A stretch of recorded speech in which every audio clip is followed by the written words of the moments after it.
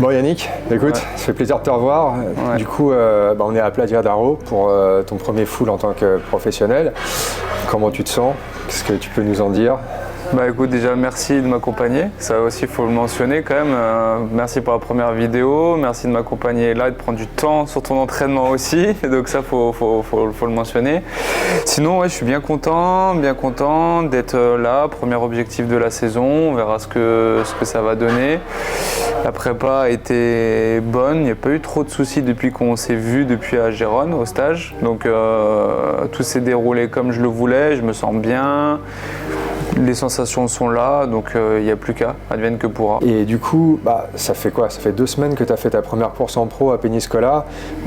Ça, niveau de la forme, niveau récup, niveau justement passer d'un half, c'était format half, à un full, ça va, tu te sens fort, tu te sens prêt? Là, ouais, moi je sais, avec le coach on le sait aussi, que mes capacités sont meilleures sur full, mes capacités que j'ai, en tout cas niveau de tolérance à la fatigue et tout ça, sont meilleures sur full que sur half.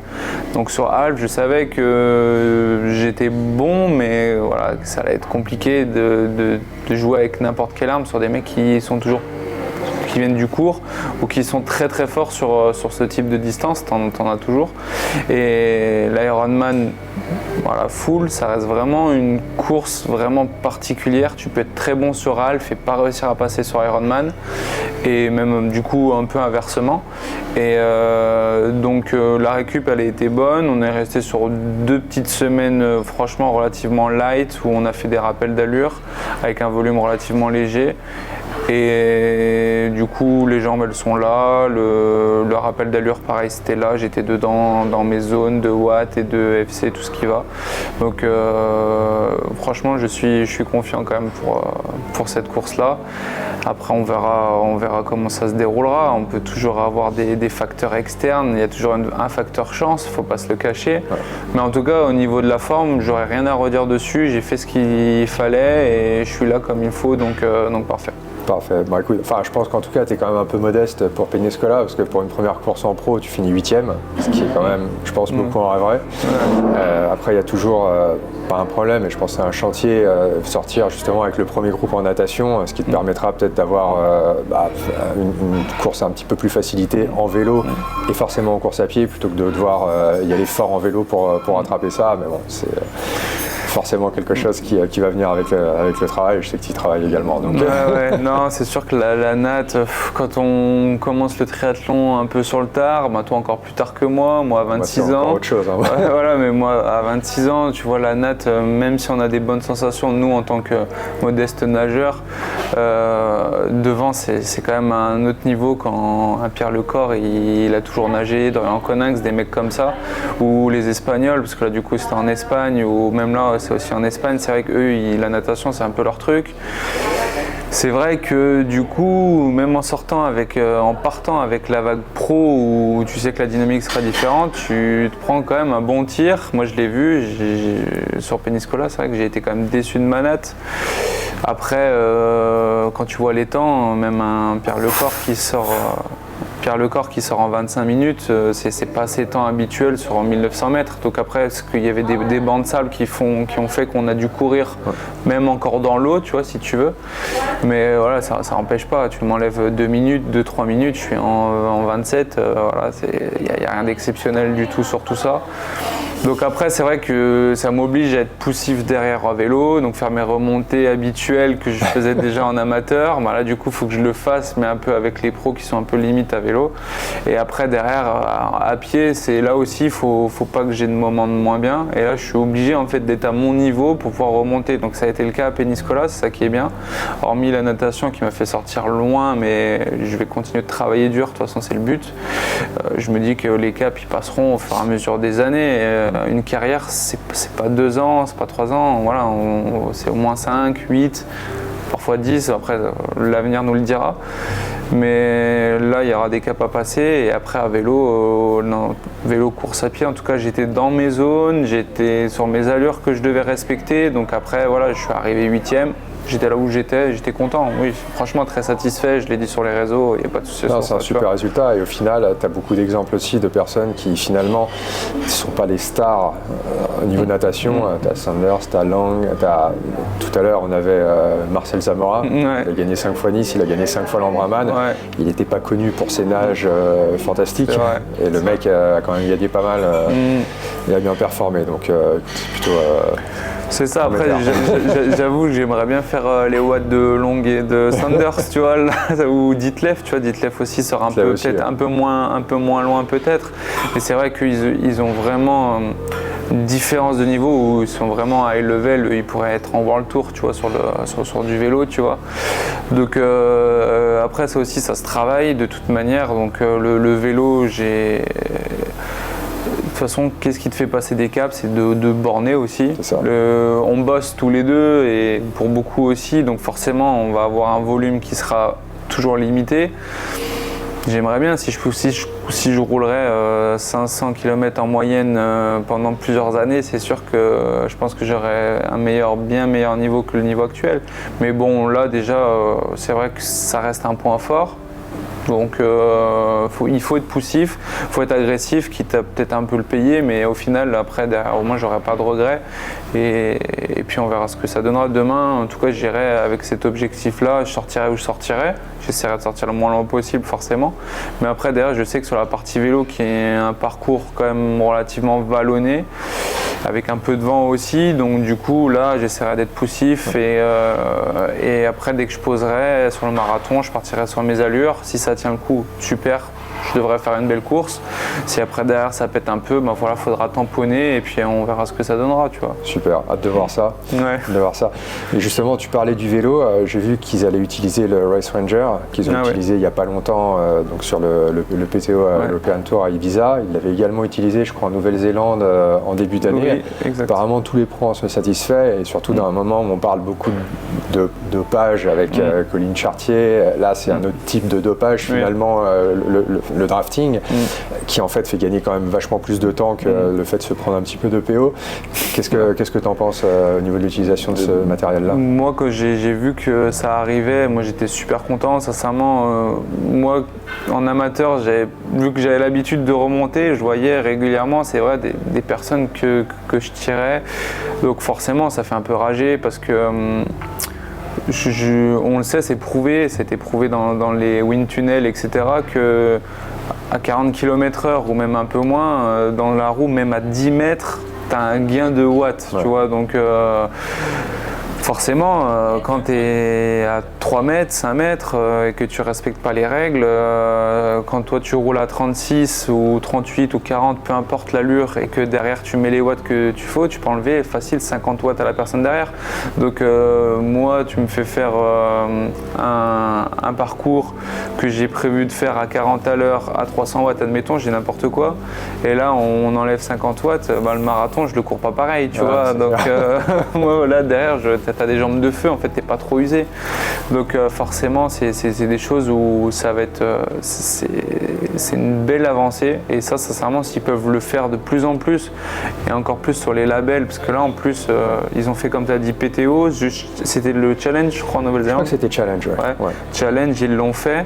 Ah voilà, maintenant il faut le voir sur Ironman, ils ont de l'argent, c'est des choses que je pense que ça se loue, ça ne doit pas se louer non plus des sommes astronomiques, il faut le faire au moins limite pour les pros, au moins limite, tu vois, t'en loues 50 ou 100, je ne sais pas selon le nombre de pros, voilà, au moins derrière tu es sûr que sur ça tu n'auras pas de drafting et pas de dopage dans ce genre-là. Technologique, technologique. Non mais c'est un avantage d'avoir ça, parce que je pense que les pros se plaignent suffisamment, et surtout quand tu vois les photos des fois où tu vois les mecs qui sont assez forts à vélo, ils sont vénères parce que tu as une brochette de bonhommes derrière eux, et forcément après, ce que tu disais, ça se ressent sur le marathon, donc je pense qu'effectivement ça va être une bonne chose, et ça permet d'avoir une course qui est plus juste au final, en sachant que voilà, tout le monde sera plus ou moins traité à la même enseigne à ce niveau-là. Ok, donc là écoute, il est quasiment 16h, qu'est-ce qui te reste pour la fin de journée?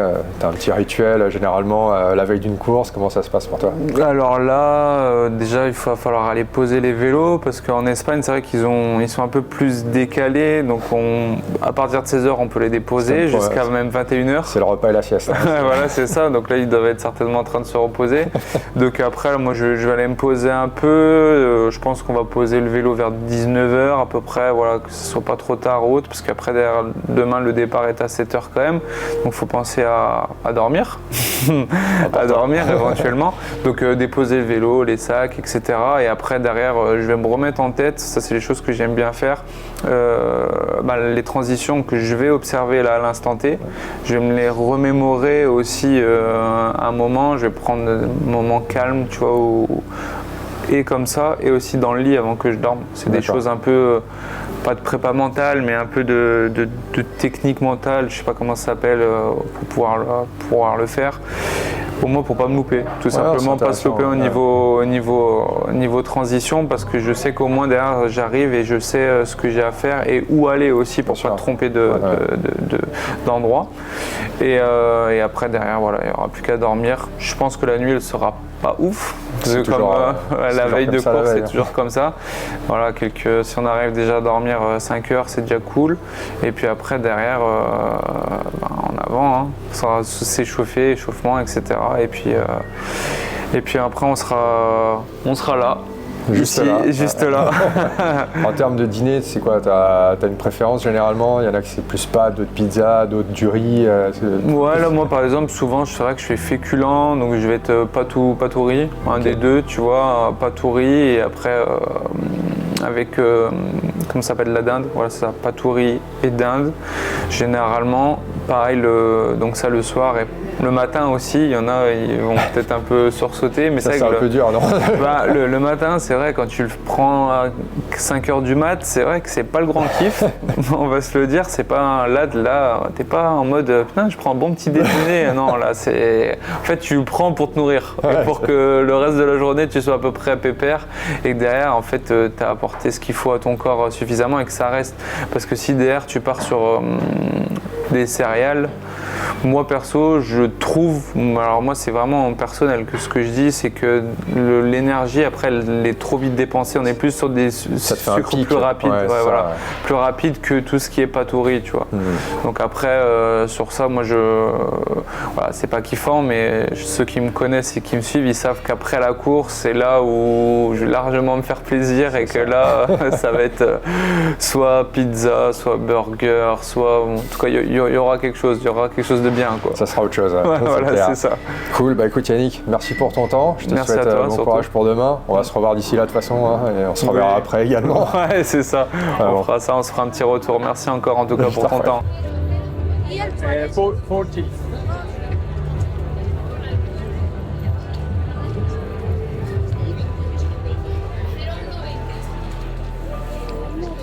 Gracias. 40.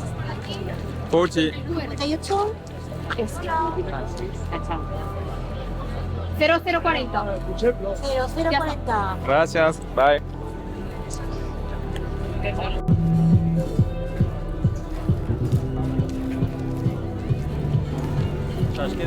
Bon, on vient de lâcher le vélo. Ouais. Tout va bien? Ouais, nickel. On a pu voir l'installation du Race Ranger. Franchement bien. Et puis après, derrière, voilà, j'ai fait la reco partie quand tu arrives à vélo, quand derrière tu repars à pied, où sont placés les sacs. Et puis petit rappel dans la tête ce soir au coucher. Et puis petit rappel aussi demain en posant les sacs. Et puis on verra ça. Hein. Génial. Bon, à demain. Ouais, à demain.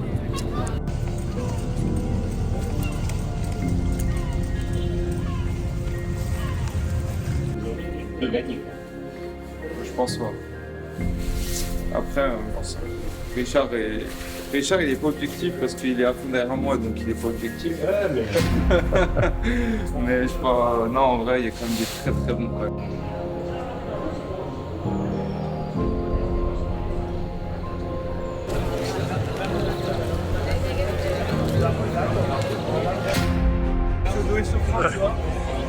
À la rage, tu vois. C'est pas trop plutôt.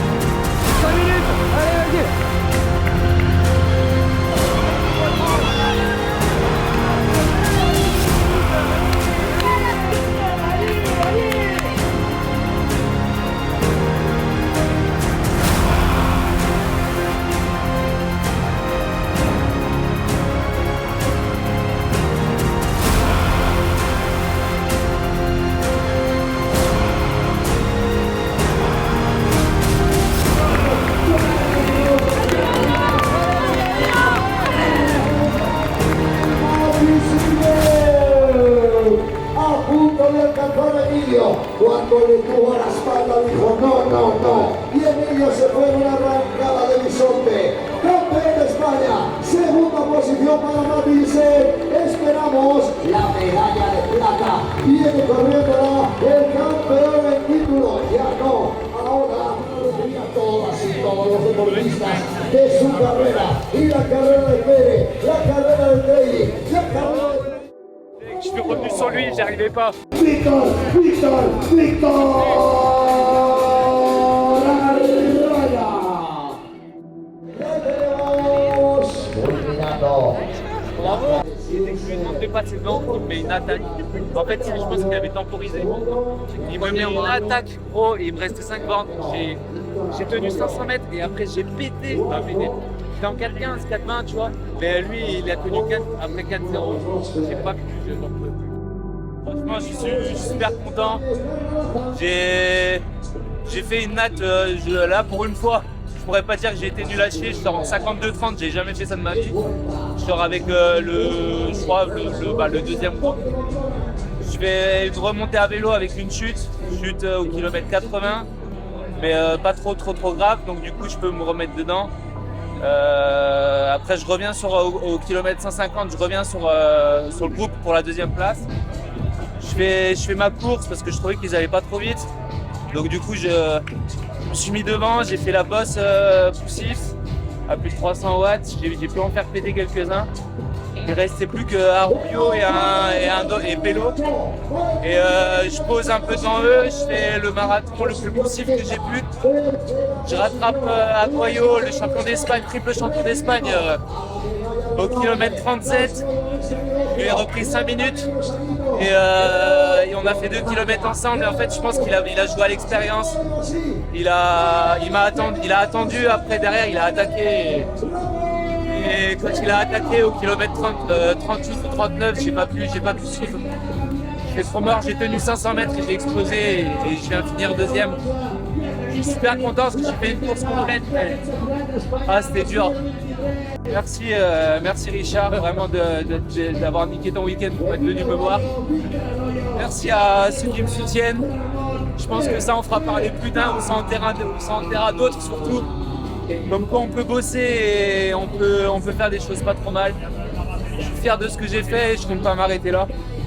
Et merci à mes amis, ma famille, surtout ma famille qui sont venus m'accompagner. Et c'est un truc de ouf. Franchement, je suis super content.